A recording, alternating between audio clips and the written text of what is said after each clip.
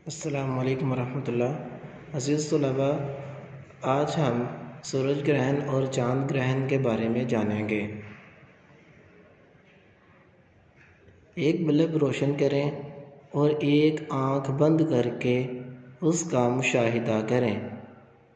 अब 5 रुपये का सिक्का हाथ में लेकर आँख के बिल्कुल नज़दीक इस तरह सामने लाएं कि वो आँख और बल्ब के दरमियान आ जाए। आप अब देखेंगे क्या आपको बल्ब दिखाई दे रहा है?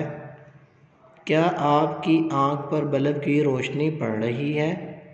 सूरज और चाँद ग्रहण भी इसी तरह रोनुमा होते हैं। ज़मीन सूरज के गिर्द और चाँद ज़मीन के गिर्द चक्कर लगाता है। इस गर्दिश के दौरान ऐसा भी होता है कि कभी चाँद सूरज और ज़मीन के दरमियान आ जाता है, जिसकी वजह से ज़मीन पर चाँद का साया पड़ता है और ज़मीन से सूरज मुकम्मल या जुज़वी तौर पर दिखाई नहीं देता। इसे सूरज ग्रहण कहते हैं।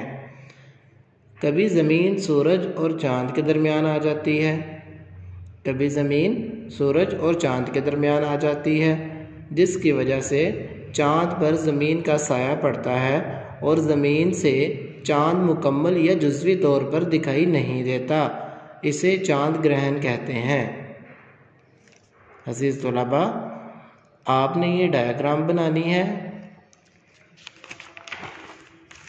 और ये वाली डायग्राम बनानी है, साथ इसकी डेफिनेशन लिखनी है। सूरज ग्रहण किसे कहते हैं, चाँद ग्रहण किसे कहते हैं। एक पेज पर ये डायग्राम और एक पेज पर ये डायग्राम, साथ में ये 2 सवालात। अस्सलामु अलैकुम वरहमतुल्लाह।